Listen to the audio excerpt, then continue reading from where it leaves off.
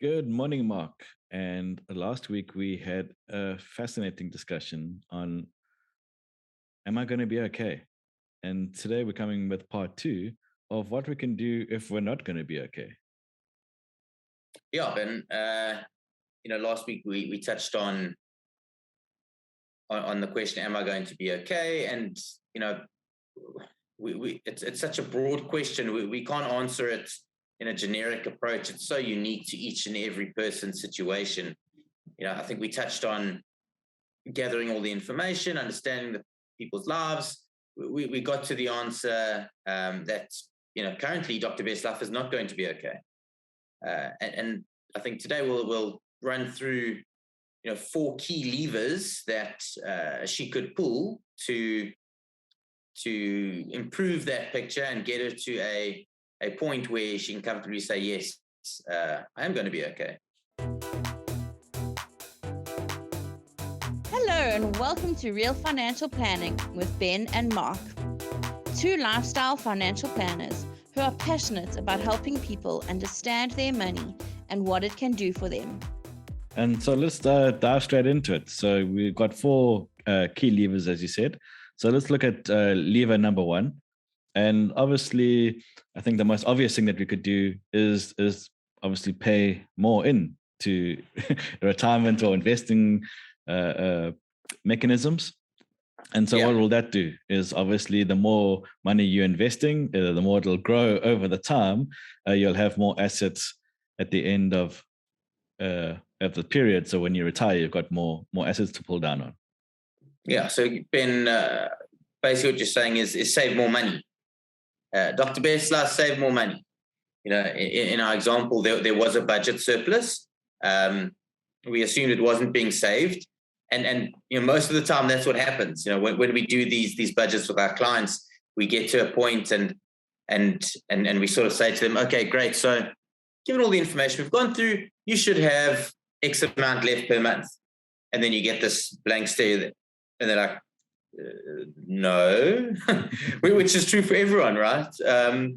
Except the really diligent savers. I know in our household, there should be an amount at the end of every month, but there isn't always. So yeah, I guess it's understanding your budget and maybe putting the mechanisms in place to enable you to save more initially. So if we've identified that there should be 1,000 Rand budget surplus every month, maybe we start the month with saving that 1,000 Rand and then work through the month. That's kind of how we would get to the point of physically saving more. And like you said, the compounding effect over, I think in our example, it was like 30 odd years. That's obviously going to have a huge impact. And more importantly, it's something within your control. Saving more money is solely in your control. You can choose to do it or you can choose not to do it. Maybe if we move on to the second option, which kind of ties into saving more, and that's spending less. I know you've got some views on spending less money now and later. Yeah, I think there's twofold to this. It's either you're spending, maybe your budget is maxed out at the moment. Maybe there is no surplus, for example. And so you literally spend a little bit less now so that you have some more money to save more. So that's the one side of the coin.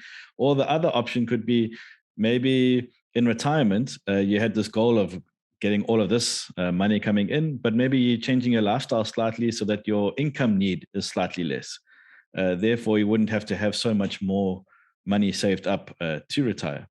So I think there's two ways of looking at it. But again, it's understanding really what are you wanting to do with your life? How is your life going to look? Maybe you're living your best life right now, and that's cool. And so when you get to retirement, maybe you're going to be slowing down. So you won't need as much money as you got now. Other people are working really, really hard now, and they're going to just go and travel the world when they get to retirement. So again, this depends on everybody's situation. Yeah, Ben, I think you touched on something super important there. It's these questions and answers are completely unique to everybody's circumstances. We can't tell you what to do, spend less now or spend less in retirement. But by having proper lifestyle financial planning conversations, we can present the options to you and talk through them with you. And like you said, you could be living your best life now, and you fully acknowledge and understand that in retirement, you'll spend less money because you potentially have done all the things you wanted to do anyway. Or, the other side, like you said, is I'm just working as hard as I can now, potentially so I can retire sooner and then not have to worry about work and spend as much money as I possibly can. Completely different scenarios, but unique to what our clients want and what they want from life. Exactly. Again, just highlighting the fact of working with someone that is helping you achieve what you want and is not prescribing certain things to you of what they think you should be doing. And so, Mark, what's the third option? So, another option that you could look at is retiring later. Sure, I'm not sure how high that sits on most people's lists, but again, it's an option. You could choose to push out your retirement, and you've got to be quite aware. Like in a lot of the corporate structures, 60 for executives, directors, you have to leave. 63 for non-executives, directors. So if you say, well, I'm just going to push it out, we need to understand what that means and how you practically go about doing that. Also, I think we've got to take into account, like longevity in your career. Does your corporate employer want you around at 70 years old? I'm not sure, but it's an option, retiring later. Yeah. And I think, like you said, it's something we look forward to. But if you look at, the pros and cons, obviously retiring later means that you wouldn't need to have as much again saved up because you don't need income for as long. But the cons is that, do you really want to be at work at 70, 75? Are you going to be able to have a job at that time? Even if you could, as a consultant or whatever, you've worked long enough. You've worked for a long time. Is that something that you really want to do? But again, it's kind of not really in your control, but it's kind of in that halfway mark. It's a little bit in your control of working later and maybe not quite, depending on the employer and employability. Yeah, I think you touched on an important thing, and it kind of leads into our last point is achieving a higher investment return on your accumulated assets. And you spoke about a sense of control, and then we started off with things that you're 100% in control of: spending less, saving more, whether it's now or in retirement. Sort of move down the realm to retiring later. You may not necessarily have control over that. And then the last thing, which you have very little control over, is achieving a better or higher investment return. I think the nature of achieving a higher investment return is by going and investing in riskier asset classes. Yeah. And I think, we put it last on our list because for both of us, that's probably the last thing that we'd want to do, because we don't want to sort of, like you say, there's so much risk involved. You're going into a more riskier product, and that maybe you don't even get half to where you want to be. And there's nothing is in your control at all. It's all up to the markets. You can't do anything about it. And do you really want to, I'm very careful to say this, but do you want to risk your retirement on a sales gimmick?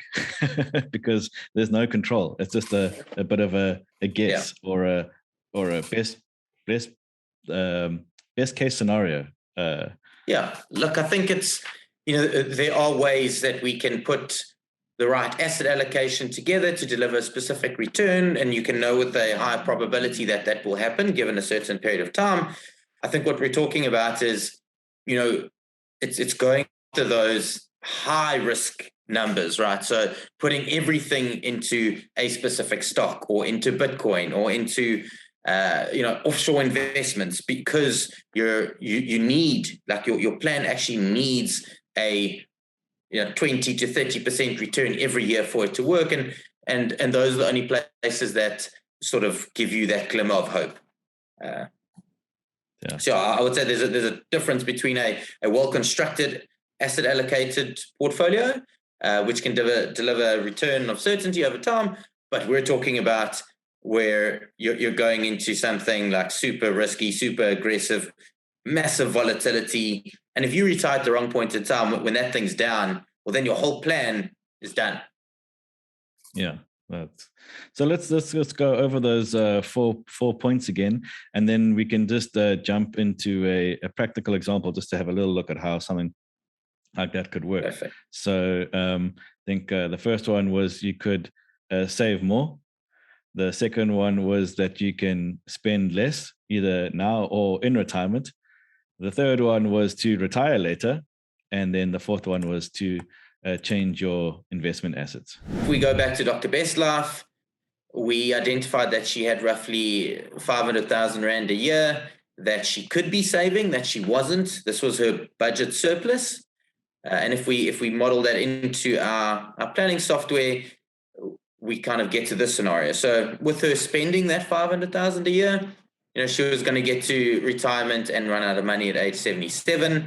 Just by saving that money every year, she gets to retirement and gets past age 100, which in my books is the goal. We want to get clients past 100, no liquidity issues. Jeez. So what a massive, massive difference just by saving leftover cash that she has sort of like lying around.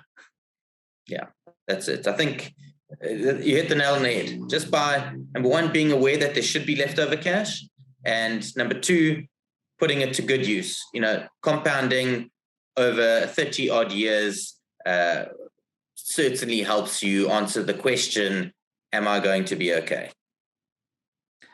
I think it's, again, important just to highlight, Mark, is that everybody's situation is completely unique to them. And so maybe there's a combination of levers that need to be pulled. It could be retiring later. It could be saving more, spending less. There's so many different things that can work together. But to create your own unique plan, because everybody's unique circumstances are different. Yeah, Ben, working with the lifestyle financial planner, we take the time to get to know you, and we can work through the different options with you. So what happens if I retire later? Okay, this is what it looks like. What if I spend less now and more in retirement? Okay, what does it look like? Going through those scenarios, empowering our clients to make informed decisions, and then helping them do that along the journey. That's awesome.